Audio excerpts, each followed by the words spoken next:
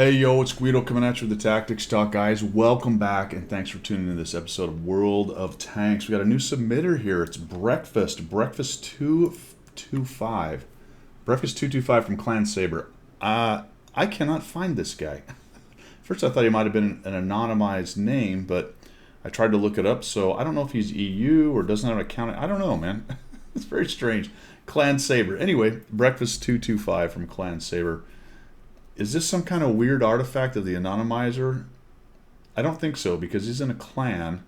Anyway, I couldn't figure it out. I couldn't find him. Maybe I'm just typing stuff in wrong. Maybe I have to put my binoculars on here. But I'm pretty sure it's Breakfast, and I typed it right. Anyway, he might be a EU or whatever the case may be, but he sent me 4 replays to take a look at because he says he was struggling with Tier 10. So we're going to take a look. I looked at all 4 of these. I got a few things to talk about for him.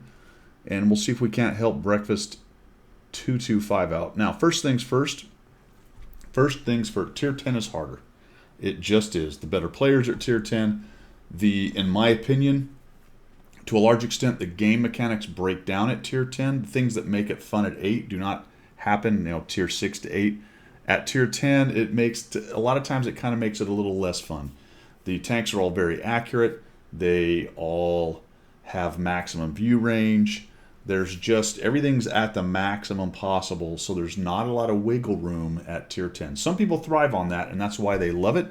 So let's see if we can't help out Breakfast a little bit, talk about some things. This first one's going to be positioning. I mean, it's pretty much pure positioning. Now, as I watched all 4 of these, I kind of saw a common trend. You tend to work around the edges of the battle, and that's a lot what we get at Tier 10, because people get punished going to the front. I am going to have a hard time telling you to get straight up to the front and start punching faces like I might do at Tier 8 because it is Tier 10.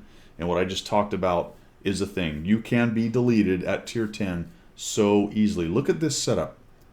Look at the TDs on this map. This is insane. All of those hard-hitting TDs. So yes, if you go forward, get right up front, you can get deleted. At the same time, if you're always working around the edges and being very skittish, I won't call it passive because you are reacting and moving around, but you're being very careful, hyper careful, really. Then you can find yourself letting the initiative go, and now the game is dictated by everyone but you, and you're just reactionary. All right, that's a general comment. So let's go ahead and see if we can actually give some solid ideas and examples of what I'm talking about as I babble about these generalities of this game. Positioning here, it's Tier 10, man. Going here in a pure Tier 10 with this setup, I really don't recommend it, especially this far forward. Now, I know I just talked about getting forward, but this is more of a spotting position for a light tank, someone who has a reasonable expectation of getting here without being seen. You're a pretty big tank for a medium. You've got another big medium, and we're going to cruise up in here, and we're just kind of out in the open, and this is really bad right here. Somebody has seen you. It's a decent hidey hole. Problem is it is exposed to shots from over here. They have a nice shot right onto you. So we're going to hang out right here, chilling. We're getting our tank reloaded. The object, and then somebody just starts poking shots into where you were. Now he knows more than likely that he hit you because he probably did not see the shell hit behind you, so this is what I think you're thinking is, well, I got to leave now. He's just going to shoot 4 shots right into that spot. Unfortunately, when you break out of your bush, now you're spotted, and we're trying to get away. We hit, but boom. And, that's that's what I'm talking about at Tier 10, man. That kind of mistake in positioning is going to get you deleted. So first things first, avoid going to places, untenable positions. You have to pay attention to the tier. It is Tier 10. Unless you're in a very stealthy scout, a mana core or something that's really small and can kind of get there without being seen and maybe get a few spots, there's really no reason for your medium this early in this match to be on the middle road. Maybe back here, hanging out and looking for shots, maybe, but absolutely not up that far forward and we get deleted. All right, so let's move on to the next example. Our second example is on Paris. That last one was obviously Lakeville. Nice little shot into the stirrup. Doesn't get us spotted. I would be very worried about getting spotted here. The good news is these bushes are between the two of you. You get a couple shots in, and we back out, and I think that's not a bad idea. Going to this little road and getting shots at people who get lit early by people like your EBR 105 is a good place to get shots. And I thought we were going to move down the road a little bit, but then we'll go forward, and then we look at this. We're going to head down low, and then we're going to take a 90 right, 180 almost, and go back up this road. All right, positioning. From what I can see, you tend, like I said earlier, to go to kind of periphery areas and start working around them. You have a mobile tank to do it. You have an understanding of the maps from what I can tell from looking at the 4 replays that I looked at. But my problem with going to periphery areas all the time is, again, you are leaving the initiative and the winning to other people. And you can do good work on the edges, and if you can catch guys out, that's great. So if you see that people are caught out, or you have a plan to work a periphery, I do see that you're in a platoon. You had 3 guys last time and 2 now. And it looks like you're anonymized. So Breakfast might be your anonymized name. I don't know. Anyway, it's anonymizers irritating the living crap out of me. But working around periphery is fine, but if you got to have a plan. What's the plan for the periphery to affect the main battle? If the plan is to go around the edges of the battle and just take picks and pokes at people, well, then you're relying on the rest of the team to win the game or lose the game, unfortunately. And the real battle on this one is going to be down here. This south scrum in this area is obviously going to be the main battle. We might be able to come around and flank them, but clearly not right now with this many tanks in the game. Once again, look at all the damn TDs. There's tons of them in this game. So it's going to be hard to come up here and turn this corner without getting schwacked by guys hiding in the bushes. And even if I do make it around the corner, a couple of them just turn around and I'm out in the open and I get owned. So let's see how this happens here. So we come up to the top, taking a look at what's happening. We're going to take a little peek. We've got a 110E3, but he's on the other side. We got an FE. I think you're using shift zoom. Nice little poke into the Sheridan right there, and we back out. We don't want to trade any hit points. That's fine. I noticed this a couple times. People are probably tired of me harping on it, but when you shift zoom, you'll go shift zoom and you're over here, and you'll shift zoom and you're here, and then I'll watch you kind of focus it down in the scroll or as you turn your mouse. It costs you some time.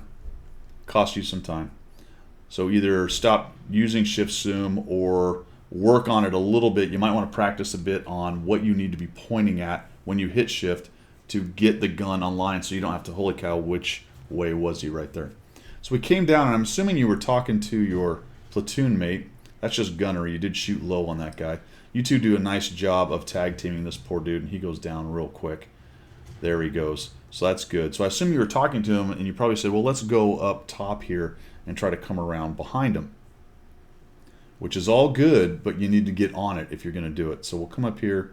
Meanwhile, that scrum's going down behind you, right? There's people losing hit points, gaining hit points. There's trading going on, and here's 2 of our better tanks and probably players hanging out right here. Now we get a little help with the 268 version 4, and I think we're starting to feel a little bit better about this move. Don't know really what he shot at. Maybe he had a shot at the bat chat at that moment. We didn't get spot, so let's go. And you guys, neither one of you wants to lead, so you're going to let the 268 version 4 go around.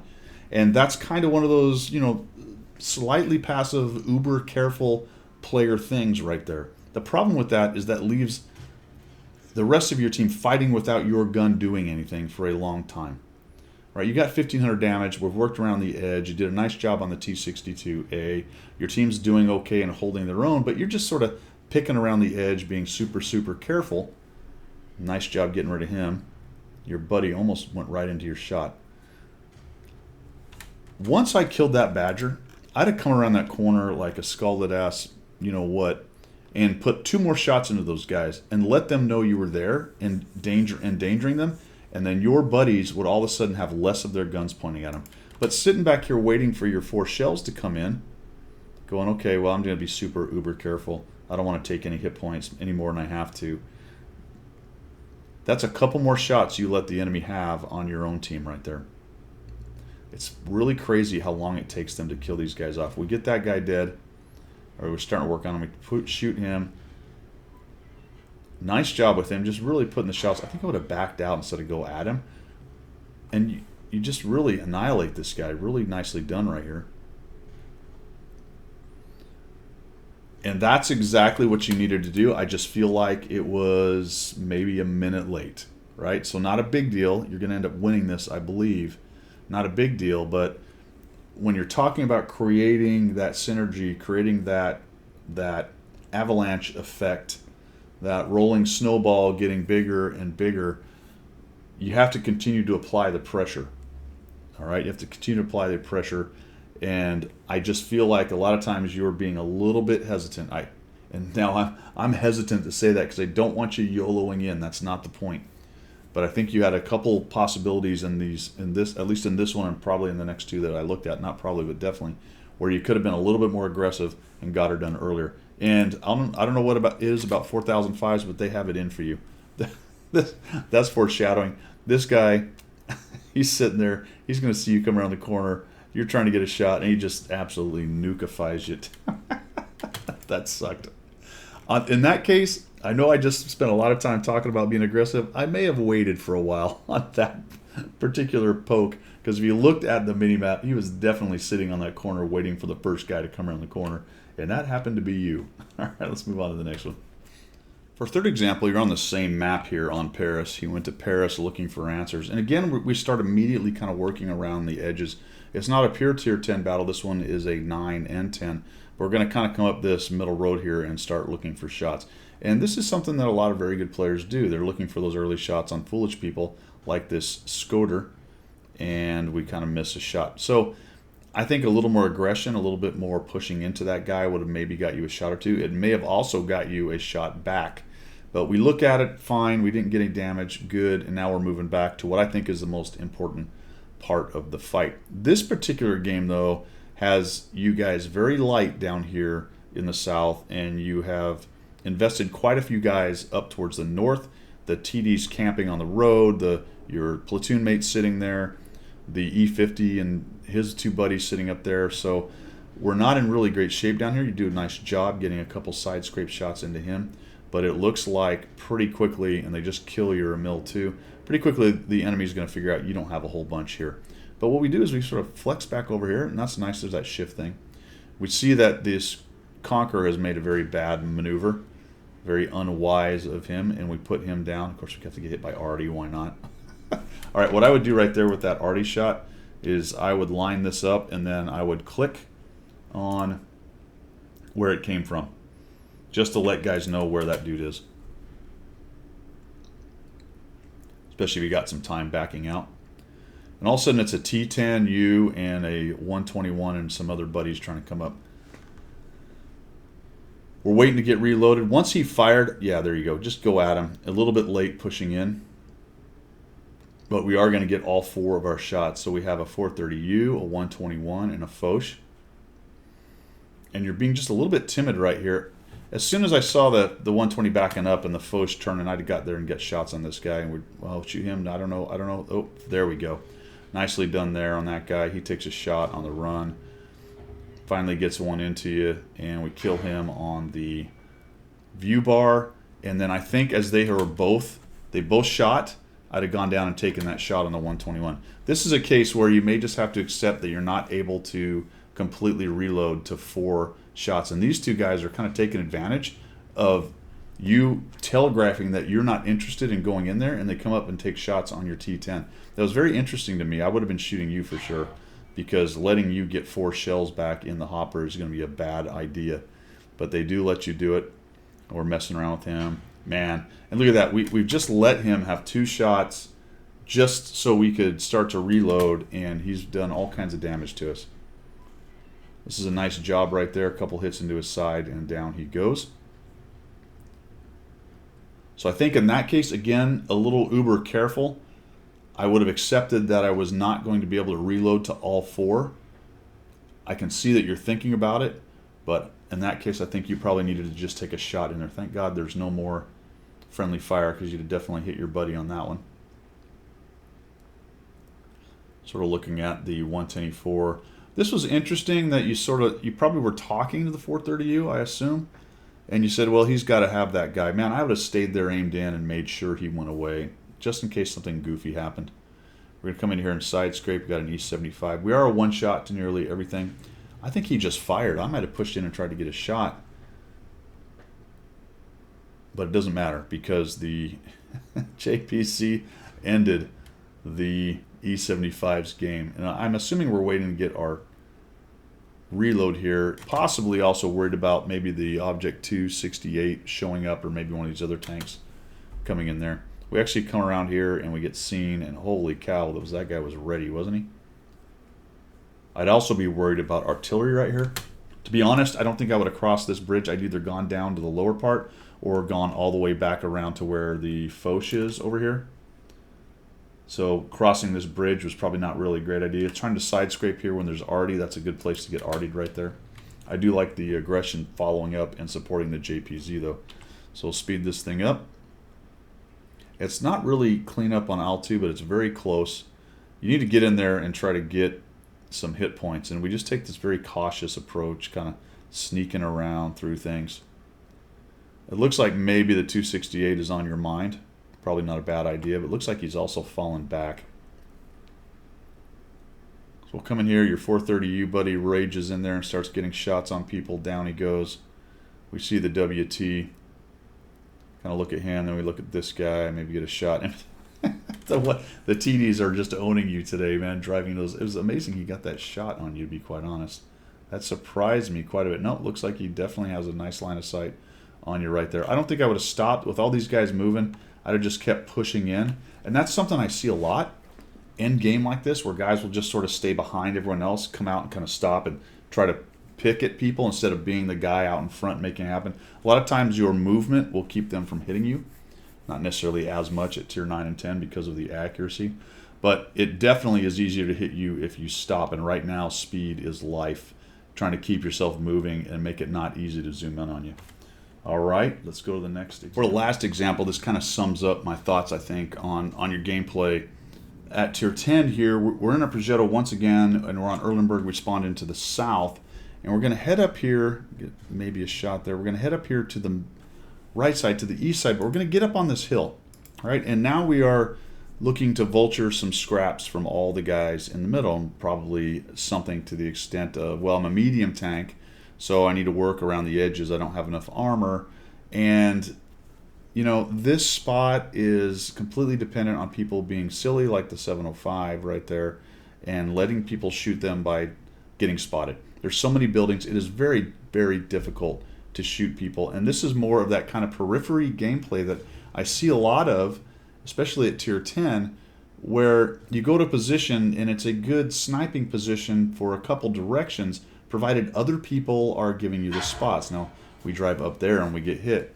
We get hit by the T110E4, who's basically doing the same thing, right? It's just a big sniper fest, guys down in the building shooting at guys up on the ridge. So my question then is a lot like the last time when you were working the periphery at Paris, or working around the edges and sort of ignoring the main fight. My question is, what's the plan? Right? What's the plan?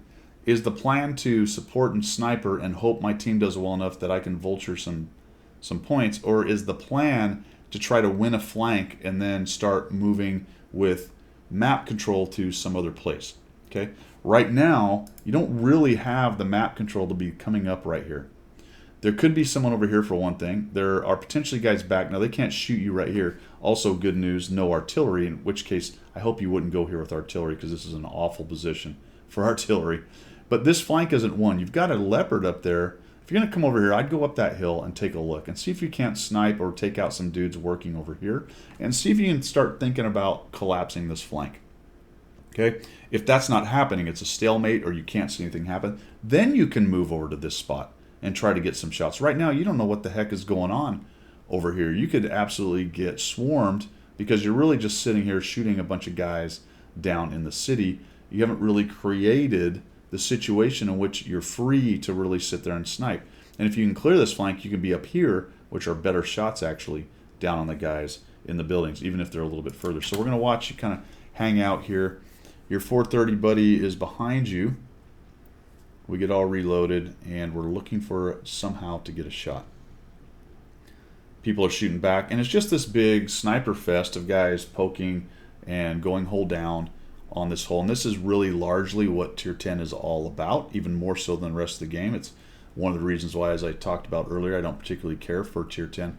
Now, here's an interesting thing that's just happened. Their Progetto has showed up right there. If you count noses, that's a lot of their tanks. They do have some significant TDs. I would imagine 1 or 2 of them are up in A0. You'd be lucky if it was 0. You'd be okay if it was 1. 2 is going to be a little bit painful. You have guys way down in the southwest corner. This is fairly classic Tier 10 positioning. All the heavies hiding out in the buildings.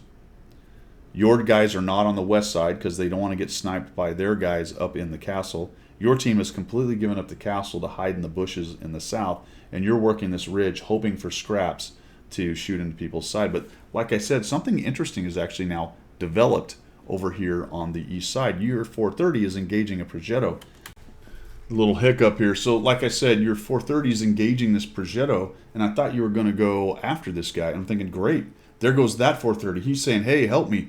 Your 430 used there. That 430. Maybe the Leopard 1's going to jump in, and then I see you come in finally, and now your buddy's out of here. And then that 430 says, well, if he's not staying, I'm not staying. I'm out of here too. I'll take a little bit. And then all of a sudden you're here, but we're sort of taking these weird little pokes at him.